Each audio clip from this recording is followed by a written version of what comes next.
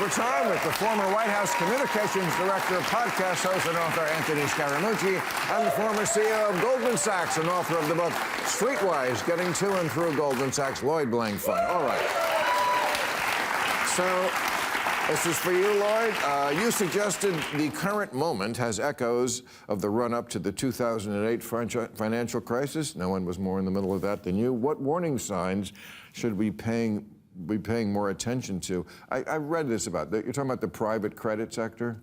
Yeah, just generally, what is that? Private assets on the balance sheets of asset managers, things that are illiquid, can't be marked to market, and so you like what? What is like private credit, in some cases like private equity, obscure securities that don't sell, that get marked to what the money managers are marking them to, but since they are private, they don't transact in the market, so you really can't ascertain the true mark-to-market value, and there's some suspicion that some of these things are overmarked. This is why this shit happens. I can't even understand the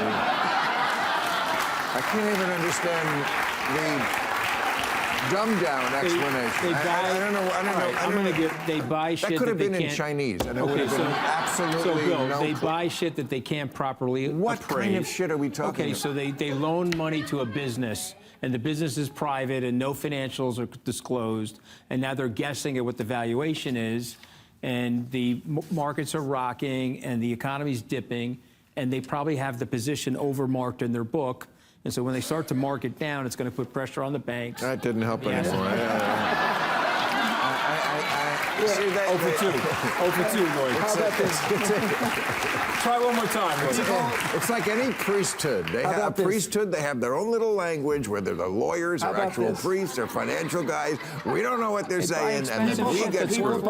People buy stuff, and it may not be worth what they say it's worth. Right, okay, well, I mean, like houses? I mean, that's what it was the last time. Like stocks, like businesses, loans, like businesses. businesses, I mean, like anything. You said, the article I read quoted you as saying, the people say the world's not leveraged, but that's what they said in 2008. And then we found out that about there was a lot of mortgage risk in Iceland. Right.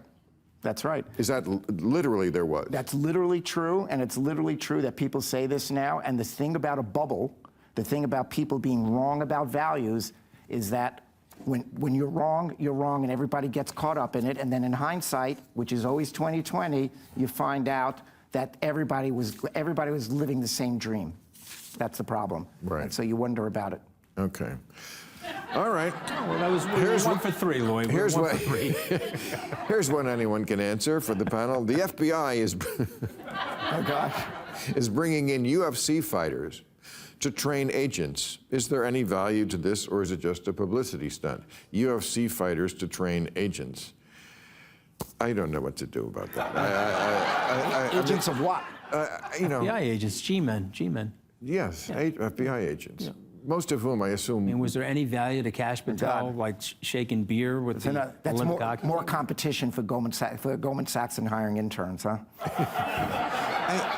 It's absurd. I mean, I put this in the category of many things with Trump, which is like, there's too many things. Some you just have to let pass like a cloud. No, I just can't worry about this one. I just can't. It's like, but you know what that is. That's for the audience of one. The Cash Patel's looking at the June UFC fight, and he's sending a little UFC balloon over to Trump at the White House. But that's what that is. I could understand maybe Navy SEALs or somebody who's going to be involved in hand-to-hand combat. I don't think of FBI guys as needing to be, this kind of UFC fighter. I mean, I'm sure they do get into some scrappy shit sometimes, but I bet you some FBI agents retire just like some cops, having never fired a weapon and having never had use for this. So I'm not sure whether it's not just performative. I'm sure it is. You just don't take it seriously. I don't. Yeah. It's not real. Okay. Congressman James Clyburn just announced he will seek another term at 85 years old. Young. What? Well, it's young. You got the other guy from Iowa, is like 97, I think, Chuck Grassley, right? I mean, he's a spring chicken. Well, that's the question. How old is too old to serve in Congress? I guess what they're really asking is, do we make a law about it? You know, I think we have to. I don't know what you think, but I think it's ridiculous. But what if we make a law in the next 2 years, AI changes the game, and then 85-year-olds have, are... No, it's a democracy, and people can vote for whoever they want. Who's anybody to say that if the Democratic population wants to vote for somebody who's 86 years old, who's to say they're not allowed to do that? I think that's right. Well, then make the case, then we should have no term limits. And we should end the term limits. You got to have some guardrails, in my opinion. So what you just said is true to an extent, but then why do we have term limits for the president? Well, as I get older, I find a guardrail premised on old age. Can I just answer why you have to end it? You get too much of a consolidation of power as a result of someone spending 4 decades in the position, and I don't think the founders wanted that. I think we need a recirculation. Okay.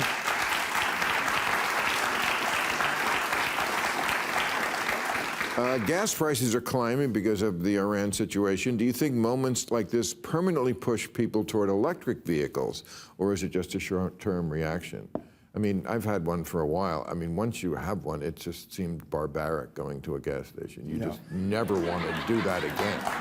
Yeah, it's just a short-term reaction, in my opinion. Really? Yeah, I think the problem now, eventually the technology will get better, battery lives will get better, but I want to get into a car, know that I could drive it 300 miles, and don't have to have my fingers crossed that I can recharge it and have it take 2 hours if I do. Lloyd, mine goes 360. Okay.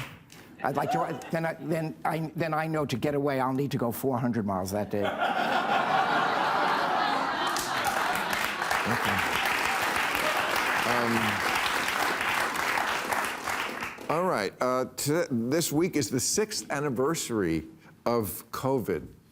Happy birthday. This is I remember it was this exact day. I was on the show with you, Bill. You were? March 6, 2020. We were doing the show. Then we went to Craig's together. And you were the cause of that? I was probably patient. You didn't get COVID because of me, man. You got it later. Patient zero. Was that the last? I thought today's March 13th.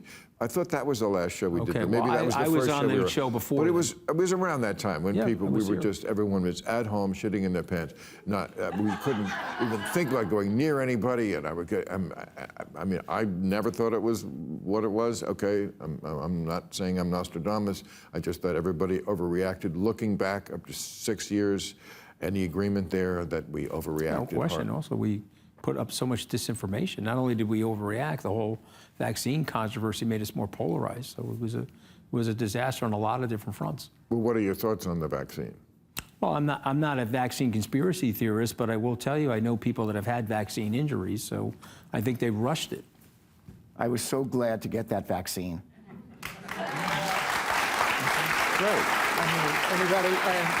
I got the vaccine. I took several doses of it. I don't like to judge, but anybody who thinks otherwise is nuts. Well, hold on a second. It's not that I think otherwise. I took the vaccine. Not good that. for you. I'm glad you liked it. Yes. I didn't want to get it, and I didn't need it.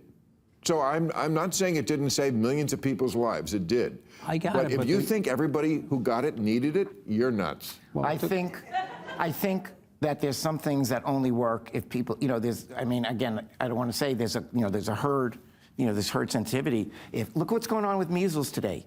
People are electing not to get the measles vaccine, and now something that had really gone by the boards is now becoming epidemic because some people are choosing. It's kind of selfish and it's antisocial because we as humans aggregate together and we pass things to each other. So it's a little bit. Well, that would be fine if we absolutely knew that the vaccine was safe for everybody, or that we didn't, some of us didn't want to choose to fight something with our own natural immune system. Now, there are pathogens that are probably out there where I would fight you to get the vaccine. That wasn't one of them. I shouldn't have that right? No, but the thing is that your infection can infect me.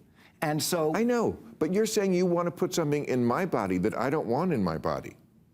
I think that's kind of been established for a long time. People have forced inoculations on people because So society requires it, just like we all have to stop at red lights and we all have to pay it taxes. didn't stop it. Everybody got it. It didn't. They told us that if you got the vaccine, you couldn't pass it and you couldn't get it, and they were both lies. No, I'm not. I'm saying they don't. I'm not saying they deliberately lied about it, but they were wrong about it. You could get it and you could pass it. My point, it polarized us really badly, and it came out, in my opinion, with hindsight, without a lot of data, it came out very, very quickly, and it created a lot more distrust in the society. Well, it needed to come out quickly. And those vaccines actually hurt the vaccine movement that you're describing. I mean, they were working on it for a long time. It wasn't like COVID came along and they were, oh, let's do this mRNA thing. They had been a lot of working data on it a very long time. They had a lot of data on the success of it? No, they still probably are going to find out things in the future. But basically, you know, I got it too. I didn't want to. I just couldn't continue my life if I didn't get it. I got it. Yeah, you got it. Yeah, well, you couldn't. You couldn't go anywhere. You couldn't do it. I couldn't get it in the studio. I couldn't go on the road. I couldn't do anything. I mean, that's a little coercive. Again, depending on how bad the pathogen is. And I think everybody should be able to make that decision for themselves. You know, you're in the flu shot category, which is more optional. But what about measles? Do you think measles should be mandatory? I loved having the measles. I'm not saying we should encourage it or not try to stop it. And I don't have kids, but I remember just being home watching reruns all day. It was awesome. No, I mean, back when I was a kid, I mean, you probably got measles too. Mm-hmm. Yeah, I mean, they used to have measles parties. They would actually. Because you'd want to get an infection when you were young to get it But they also over with. wanted all the Yes. kids to get it at the same time. No, I'm sure that there are bad things that can happen from measles. There are just some things that we all can give to each other. We're in a community, and look, they oversold it. Obviously, maybe they did it intentionally. Maybe they didn't know what they were doing. Maybe it was just not even negligent. We just didn't have enough experience with the disease.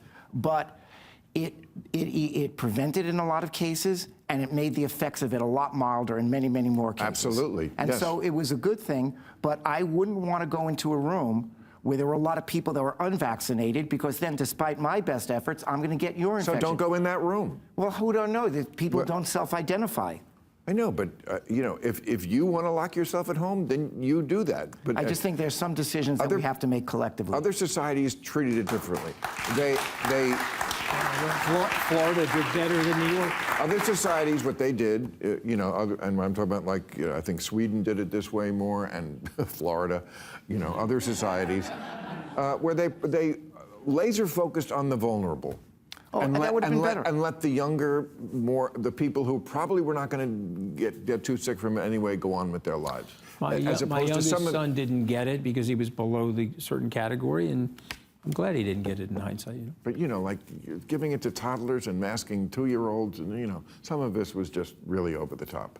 But let's hope there isn't another one. Thank you, ladies and gentlemen.